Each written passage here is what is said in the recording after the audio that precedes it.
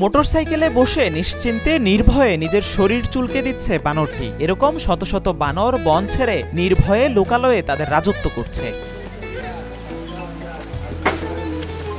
বনের খাবার সংকটের কারণে স্থানীয়দের দেয়া খাবারের আশায় লোকালয়ে ছুটে আসছে অগণিত বানর। বানরের খাওয়া, খেলা আর ছোটাছুটি দেখতে প্রতিদিন অসংখ্য মানুষ ভিড় করছেন এখানে। বানর দেখতে আমরা ফ্যামিলি ঘোরার জন্য, বানর দেখার জন্য আসছি। বিশ্বের তৃতীয় বৃহত্তম শালবন হিসেবে পরিচিত ময়মনসিংহের এ বনটি একসময় সব ধরনের বন্যপ্রাণীর অভয়াশ্রম ছিল এই বনাঞ্চল। তবে সময়ের বিবর্তনে বনের অনেকাংশই উজাড় হয়ে গেছে, বিলুপ্ত হয়েছে অসংখ্য প্রজাতির বন্যপ্রাণী। বর্তমানে এই বনে টিকে আছে শুধু বানর। মানুষ নাই, পাবলিক খাবার দেয়, ওটি খায়, কোনো খাওয়ানোর ব্যবস্থা নাই। খাদ্য সংকটে সকাল থেকে সন্ধ্যা পর্যন্ত বানরগুলো অপেক্ষা করে সাধারণ মানুষের আশায়। স্থানীয়রা যার যার সাধ্যমতো খাবার দিচ্ছে। তবে যখন খাবার পর্যাপ্ত না পাওয়া যায় তখন ক্ষুধার্ত বানর বাসাবাড়িতে গিয়েও হানা দিচ্ছে। একসময় সরকার থেকে খাবার দেওয়া হতো, বর্তমানে তা বন্ধ রয়েছে। অনেক বনে বান্দর আছে, এই বান্দরগুলা মানুষ, অনেক পর্যটক আসে দেখার জন্য। বান্দরগুলা এখন ক্ষুধার্ত।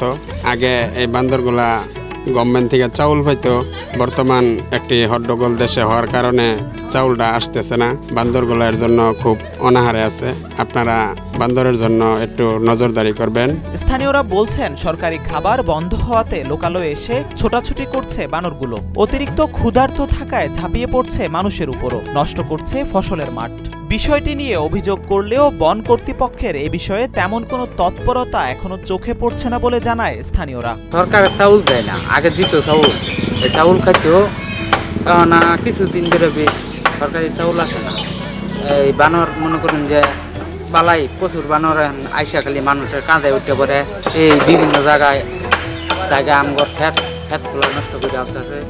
কিছুদিন ধরে সরকারি কোনো খাবার আসে না। মুক্ত পরিবেশে বানর ঘোরাঘুরি করছে, স্বভাব সুলভ খেলাধুলা করছে, এমন খবর সামাজিক যোগাযোগ মাধ্যমে প্রচার হওয়াতে ইদানিং বিভিন্ন জেলা থেকে মানুষ ছুটে আসছেন বানর দেখতে। কেউ আসছেন সপরিবারে, আবার কেউ বন্ধুদের সাথে। টাঙ্গাইলের ভুয়াপুর থানা থেকে এই মধুপুর বানর দেখতে আসছি। আমরা 9 জন বন্ধু বান্ধব এসেছি। সত্যি অনেক সুন্দর মনোরম পরিবেশ থেকে আসছি বানর দেখার জন্য। এখানে আসলাম, এসে অনেক ঘোরাঘুরি করলাম, অনেক সুন্দর লাগছে। বনের গাছগুলোতে পর্যাপ্ত ফল না থাকায় খাবারের সংকট দেখা দিয়েছে বলে জানায় বন বিট কর্মকর্তা AKM সাইদুল হক। তবে বন বিভাগ থেকে কোনো বরাদ্দ না থাকায় খাবারের ব্যবস্থা করা যাচ্ছে না বলেও জানান এই কর্মকর্তা। যখন গাছে ফল না থাকে তখন এদের খাবারের সমস্যা হয়। বন বিভাগ থেকে তেমন কোনো নাই, খাবার বরাদ্দ নাই। উপজেলা প্রশাসন থেকে আমরা মাঝে মাঝে কিছু চাউল বরাদ্দ পাই। 1 বছর আগে আমরা 40 বস্তা চাউল পাইছিলাম, সেই চাউলে আমরা এখন পর্যন্ত দিচ্ছি। বন বিভাগ বানরের খাবারের চাহিদা দিলেও জেলা প্রশাসকের মাধ্যমে চাল বরাদ্দ দেয়া হয় বলে জানান ফুলবাড়িয়া উপজেলার নির্বাহী কর্মকর্তা কাবেরী জালাল। বন বিভাগ যখন আমাদের কাছে তাদের চাহিদা পাঠালে আমরা আমাদের শ্রদ্ধেয় জেলা প্রশাসক ময়মনসিংহ স্যার, তার কাছ থেকে আমরা জিআর চাউল বরাদ্দ নিয়ে সবসময় ওখানে সরবরাহ করি। এবং বানরদের মূল খাবারের উৎস কিন্তু আসলে এই চালটাই।